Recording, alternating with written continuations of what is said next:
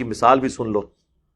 وَإِذَا سَمِعُوا مَا أُنزِلَ إِلَى الرَّسُولِ، جب کبھی وہ قرآن سنتے ہیں نا جو نازل ہوا رسول اللہ کی طرف، تَرَىٰ أَعْيُنَهُمْ تَفِيضُ مِنَ الدَّمْعِ، تم دیکھو گے کہ ان کی آنکھیں آنسوؤں سے چھلک پڑتی ہیں.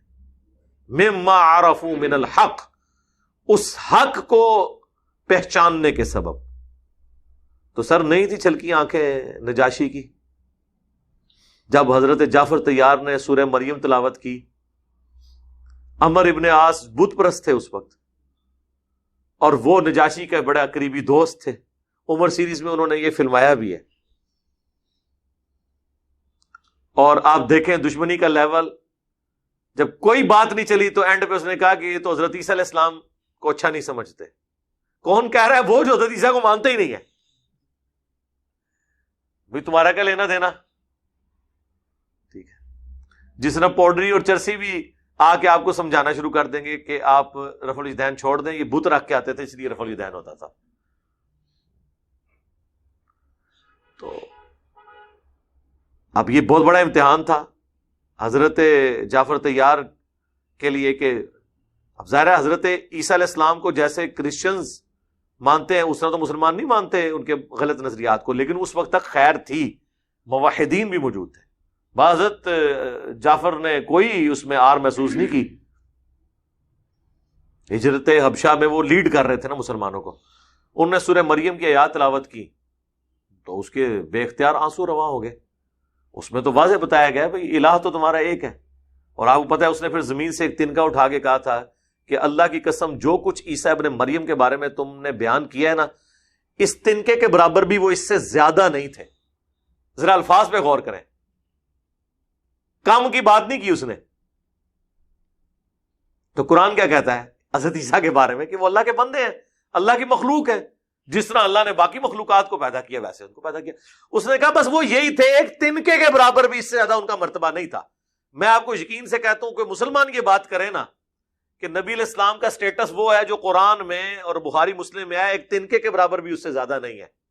یہ آپ پہ 295C لگوا دیں کہ نہیں تم کا مرتبہ گن رہے ہو. ذرا پوائنٹ پہ آپ غور کریں تو سر پھر آپ دیکھ لیں انہی کا حوصلہ ہے کہ اس تنکے کے برابر بھی اس سے زیادہ نہیں ہے جو تم نے بیان کیا. تو مسلمان کو کہنے میں کیا آ رہا ہونی چاہیے کہ نبی علیہ السلام کی جو شان قرآن اور احادیث میں بیان ہوئی ہے ایک تنکے کے برابر بھی اس سے زیادہ نہیں ہے. تو حضور تو خود کہہ کے گئے ہیں، صحیح بخاری میں حدیث ہے، دیکھنا میری شان کو اس طرح بلند نہ کرنا جس طرح کرسچنز نے اپنے نبی کو بڑھا دیا. میں اللہ کا بندہ اور اس کا رسول ہوں، مجھے اللہ کا بندہ اور اس کا رسول ہی کہنا. یقین کرے جب ہم بریلوی تھے نا تو ہم سمجھتے تھے کہ نبی علیہ السلام سے زیادہ ہم سے زیادہ کوئی ان سے عقیدت اور محبت نہیں رکھتا، کیونکہ ہم ہر شان والی بات ان کے حق میں مان لیتے تھے چاہے وہ قرآن و سنت میں نہ لکھی ہوئی ہو.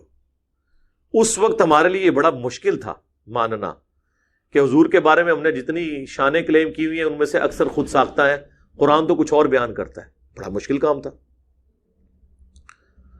شروع میں بڑا آکورڈ فیل ہوتا تھا، لیکن آج میں علا وجہ بصیرت یہ بات کہتا ہوں کہ مجھے زمانہ بریلویت میں بھی، اور میں بریلویوں سے بھی کہوں گا کہ واللہ اگر نبی علیہ السلام کا آپ کو سٹیٹس وہ پتہ چل جائے جو قرآن میں ہے، سنت میں ہے، اور آپ کو صحیح توحید کی سمجھ آ جائے، وہ والی شانیں تو شاید نہ ہو جو آپ کلیم کر رہے ہیں، لیکن جو شانیں اس میں آئی ہیں نا، ان شانوں کے بعد جو آپ کو رسول اللہ سے عقیدت اور محبت ہوگی نا، وہ پہلے کبھی ہو ہی نہیں سکتی.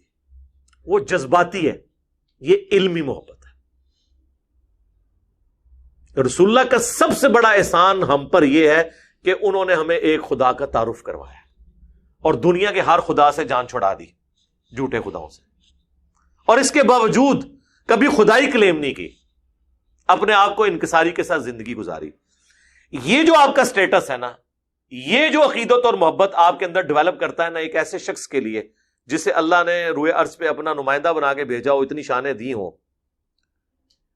اس کے باوجود وہ اتنی انکساری کی زندگی گزارے، یہ کبھی بھی ان جھوٹے عقائد و نظریات سے آپ کے دل میں اس کے لیے محبت پیدا ہی نہیں ہو سکتی.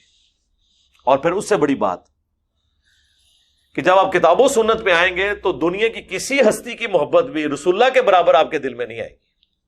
آپ کہیں گے جو حضور نے فرمایا نا بس وہی حق ہے.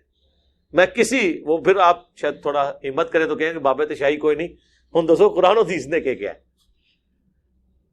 تو اللہ تعالیٰ ماتا ہے کہ ایسے کرسچنز بھی ہیں کہ ان کی آنکھوں سے آنسو روا ہو جاتے ہیں. یقولون ربنا آمنا، وہ دعا کرتے ہیں رب ہمارے ہم ایمان لے آئے. فاکتبنا مع الشاہدین، ہمیں بھی حق کی شہادت دینے والوں، شہادت علی الناس جو مولانا مودودی نے ٹرم ڈیوائز کی تھی اسی طرح کی آیات سے، اللہ کے لیے گواہی کے لیے کھڑے ہونے والوں میں اے اللہ ہمیں شامل کر لے. جو صحیح مسلم میں حدیث ہے، حجۃ الوداع کے موقع پر نبی علیہ السلام نے فرمایا تھا کیا میں نے لوگوں تم تک اللہ کا پیغام پہنچا دیا. بخاری مسلم میں یوم النحر عید کے دن کے خطبہ میں بھی آتا ہے حجۃ الوداع کے موقع پر. پھر 3 دفعہ فرمایا اللہم اشہد اللہم اشہد اللہم اشہد. جب صحابہ نے کہا کہ آپ نے پیغام پہنچا دیا، آپ نے پیغام پہنچانے کا حق ادا کر دیا، آپ نے ہماری خیر خواہی فرمائی، حضور نے 3 دفعہ فرمایا اے اللہ گواہ رہنا یہ مان رہے ہیں. پھر کہا اب تمہاری ذمہ داری ہے کہ جو اتنا بڑا بوجھ میرے کندھوں پہ تھا نا اب یہ میں ڈیوائیڈ کر رہا ہوں تم پہ، اور یہ دعوت ان لوگوں تک پہنچا دینا جو یہاں پہ موجود نہیں. بعض اوقات جن تک بات پہنچائی جا رہی ہوتی ہے وہ زیادہ یاد رکھنے والے ہوتے ہیں بنسبت اس کے جو پہنچا رہے ہوتے ہیں. اور نظر بھی آ رہا ہے آج دنیا میں 100% مسلمانوں میں سے 80% نان عربک ہے، 20% عربی ہیں، 80% نان عربی ہیں. آپ کے سامنے اس وقت بھی دنیا میں 1.5 کروڑ کرسچنز ایسے ہیں جن کی زبان عربی ہے لیکن وہ کرسچن ہے، مسلمان نہیں ہوئے. تو اس کو کہتے ہیں شہادت علی الناس، لوگوں پر اللہ کے لیے گواہی دینا. ربنا آمنا فاکتبنا مع الشاہدین، اے رب ہمارے ہم ایمان لے آئے ہمیں بھی ان گواہی دینے والوں میں لکھ لے. ربنا اننا سمعنا منادیا ینادی للایمان ان آمنوا بربکم فآمنا. آمین. ربنا اننا آمنا فاغفر لنا ذنوبنا وقنا عذاب النار. آمین. ربنا آمنا فاکتبنا مع الشاہدین. آمین. صحیح مسلم میں حدیث ہے نبی علیہ السلام جب بھی قرآن کی تلاوت کرتے تھے نماز کی حالت میں بھی، تو جب دعاؤں کا وقت آتا تھا تو اللہ سے دعائیں کیا کرتے تھے، پناہ طلب کرنے کا وقت آتا تھا تو اللہ سے پناہ طلب کرتے تھے، جنت سے متعلقہ آیات آتی تھی تو جنت کا سوال کرتے تھے.